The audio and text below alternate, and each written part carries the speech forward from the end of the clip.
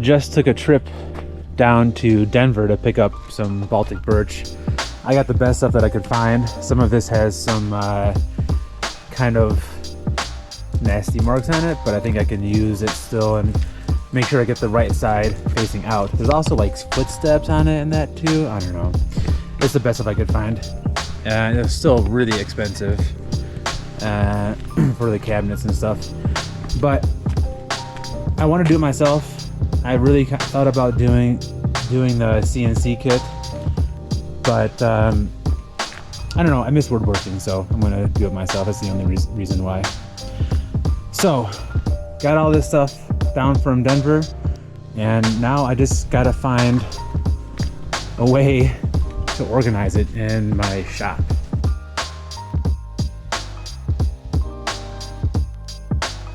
I think I hear her coming. Maybe she's here now. My helper!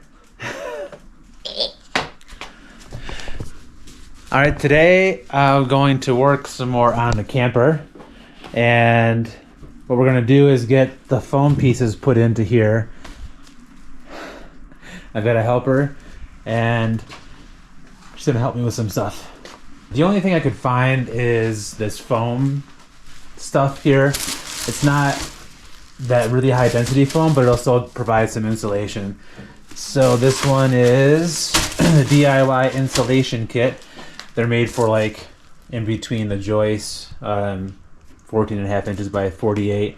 But it's the only thing I could find in 3/4 inch that's local. I do want to get this floor done so I can get the bottom painted and start cutting the galley pieces, because it's a beautiful day today, but next week it's supposed to be a highs of 50, and then at night getting down to the 30s. So we will be getting snow before I know it. So I do want to get all the wood stuff cut, even the side pieces if I can, and then start assembling things and really start moving while I can be inside of my shop here. All right, insulation time. Yay! So here's the plan. What I'm going to do is cut one of these longer pieces to the size that I need here, and then Eddie is going to come over and put that into here after I put the caulking on. So I know these are 24.25. I got some stuff that's got like some dings in it, but we should be fine. So I'm just gonna mark it here at 24.25. And then I'm going to switch my screw over to here.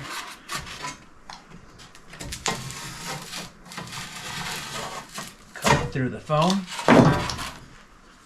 And then we're gonna get a snap. Give it a snap. And then it goes right there. And then Eddie's gonna put it in over there. Does it fit well? It's a little too big. 4 5/8.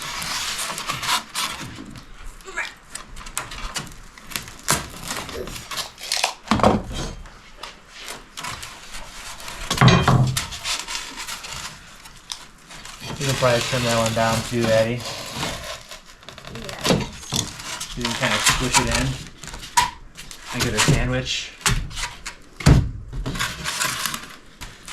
I do like that other stuff because this stuff tends to like come out like that. Yeah, there we go.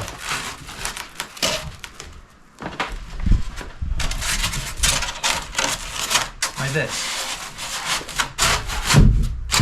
How did you be able to do it? All right, so let me put some caulk in here, and then you can put these ones in, okay? Good. And I'm just gonna I'm using this Quad OSI caulk because it's for professional use only. Professional. Seal on these edges. The professional here is actually Eddie, so. Yeah. Yeah, totally. All right, Addie, put these in. Okay. Or put the big one in first. Okay.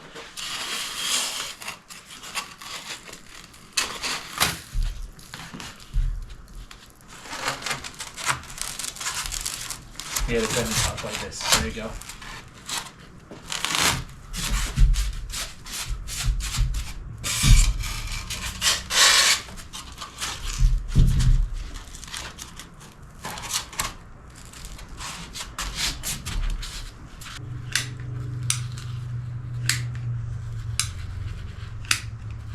Time lapse time. Time.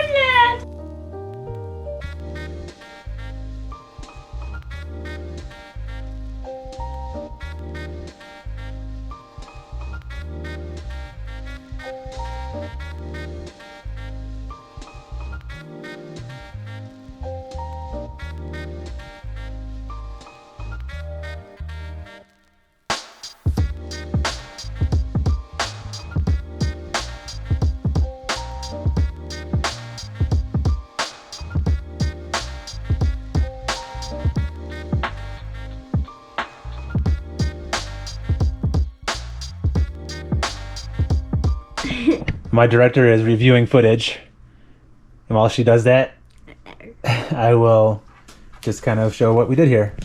So we had everything in pretty well. I caulked all the seams, and there's still a few spots. I mean, this stuff is really tough to cut, but I think it's going to be fine. I'll add some insulation to it. So when I do go through and put in the top of the floor, I'm going to seal in some more of these parts in here. But overall, I think this is going to be just fine. So next up is I'm going to cut the top of the floor. And what I found is up to here is 4 feet. And then this will be about another 4 feet and a little bit. So I want to make sure that the seam that I have is going to blend right onto the beam part here. All right, so I'm ready to cut. Since this is 5 foot long plywood, these only really work for a 4 foot wide piece of plywood. So I had to put both of them together to make them nice and long. All right, I'm gonna cut this at 4 feet, just in the same way that I've been doing this with my track saw.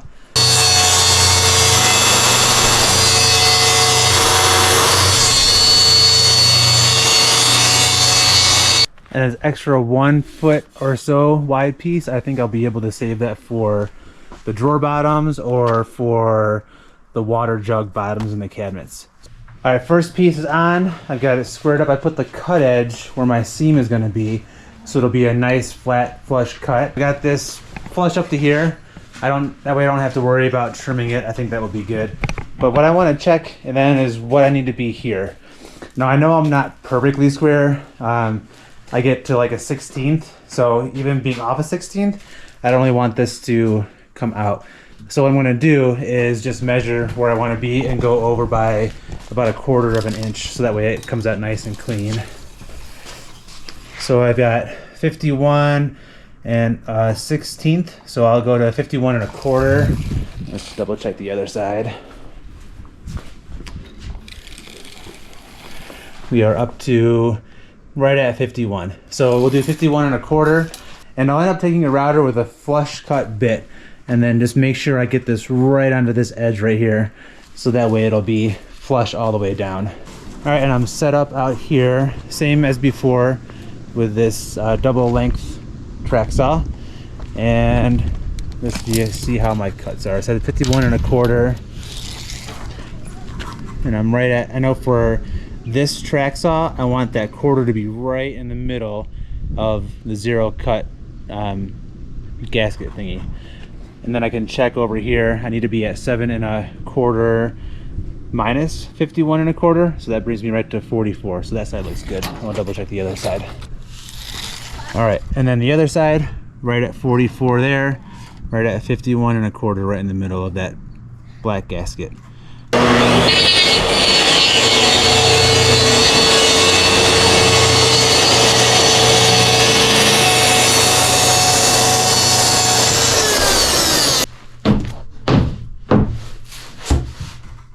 And that looks pretty decent. I've got plenty of overlap right here. Pretty well flush here. I did just notice I have a little bit of tear in the veneer right here. I didn't get this grain matched or anything.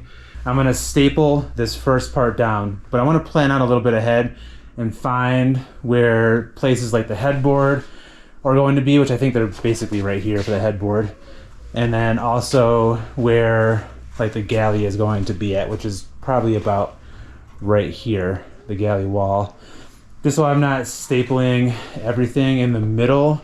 I'll also mark out where the floor storage is going to be, and I'll staple around that as well. I marked out where the opening just outside of where the opening is, so I can put some staples in along here. And then the rest of this, I'm just gonna go around the outside here, and then also right along the edge here.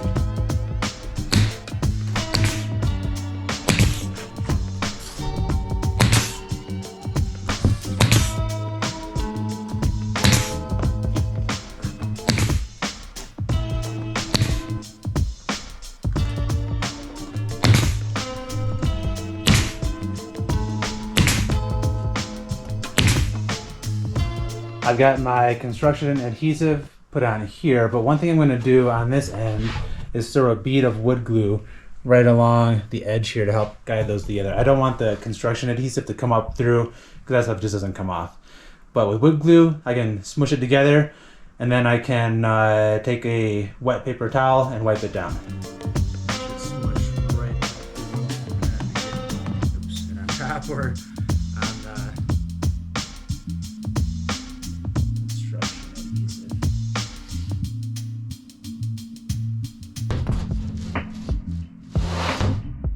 Just like that. And then I'm gonna smush it in so some of that wood glue comes out.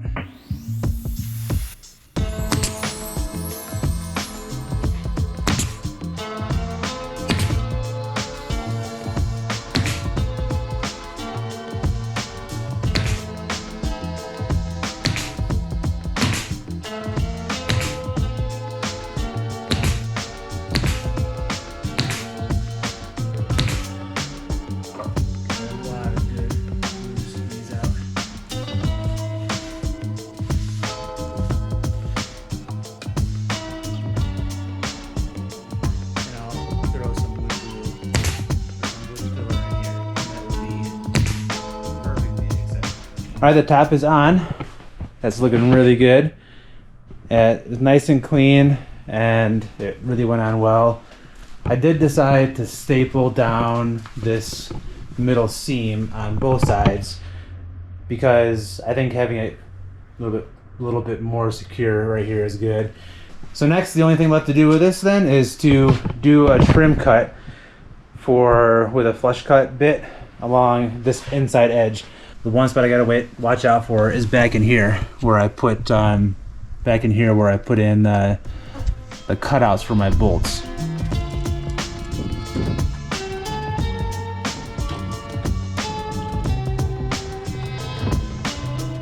And this is a pretty cool thing about this tray there. Since I have these stabilizer jacks, they also double as lifting jacks.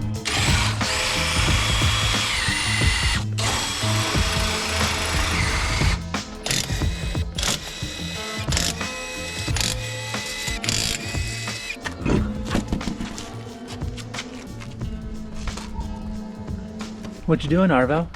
Are you waiting for your ball? All right, so I have my router, and I have a flush cut bit in here. I just need to tighten it up.